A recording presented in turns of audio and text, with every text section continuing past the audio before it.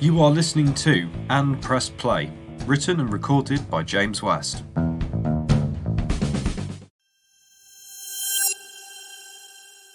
Hello all, and welcome back to And Press Play. This week I am reviewing Sentimental Institution by Steve Hackett, taken from his 1980 album Defector. Now, often on this channel I have done some depressing songs. However, I've never really delved into the slightly weird and exceptionally creepy until now. Sentimental Institution is a very, very creepy song, and everything about it, from the organ in the background to Pete Hicks's vocals, drip with something sinister. The song starts off musically with the sound of an optical organ playing. This stays in the background across the whole piece and is the only instrument on the track. It adds this creepy ambience to the song and directly contrasts with the previous song, The Show, which is a lot more flashy. The song opens with a slight crackle, giving this impression that this is from some old radio broadcast or something. Pete Hicks starts singing, "I'll tell you a story about a girl who came my way," in a slightly sinister tone. I've always enjoyed the opening for this song as it sounds happy, for really want of a better word. It gives a sense of both adventure, maybe a story, but also potentially a little bit of reflection, as if the narrator is retelling the story years later. Next we come to "Now She's Gone, I'm by myself," a rather sad note to end the verse. Now, again, this probably surprises the listener a bit, because you're thinking, oh, he's telling a story about a woman. Probably will end positively, or will it end negatively? But we'll find out at the end of the song. But actually, we find out quite quickly. So this bodes the question, well, what's next? But this helps segue directly into the next verse, as if the narrator doesn't want us to dwell on his wife being gone. This next verse continues the ominous theme, with images of packing my blues away, and I'm going to join a sentimental institution. So, is he packing his own sadness away, or is it musical blues? The third verse then goes on to name a list of widows who he has seen since his wife has gone, and where they are from.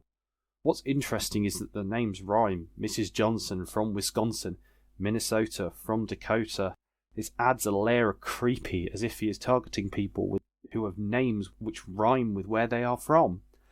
The music changes abruptly at the end of this verse and becomes a lot darker in tone as Hicks sings "Sweet as candy," which adds, again, to the whole creepy demeanour.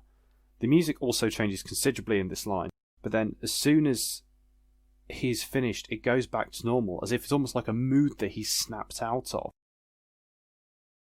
The next verse shows his love of jazz music and repeats this refrain of "I'm going to join a sentimental institution," which we heard earlier. There's a lot of name dropping in this verse, and the next is of famous musicians, as he seems to be playing their music in order to woo women. The way in which Louis Armstrong is sung is particularly weird, with an emphasis on the Lou, which I always thought is supposed to signify the main character's looniness.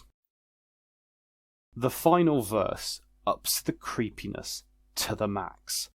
Old and lovely, she's so wealthy, but so ugly, I've gone crazy, somebody help me do.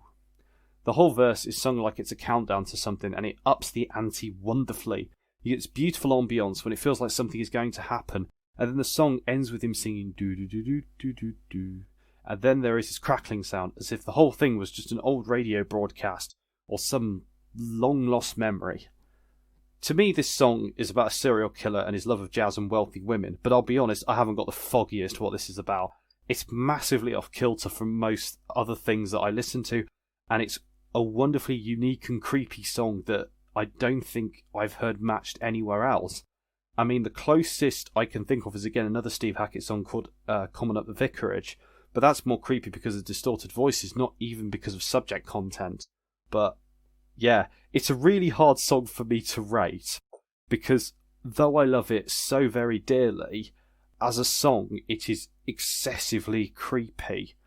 So I'm going to give it a 3.7 out of 5, because I do like it and I can't help that.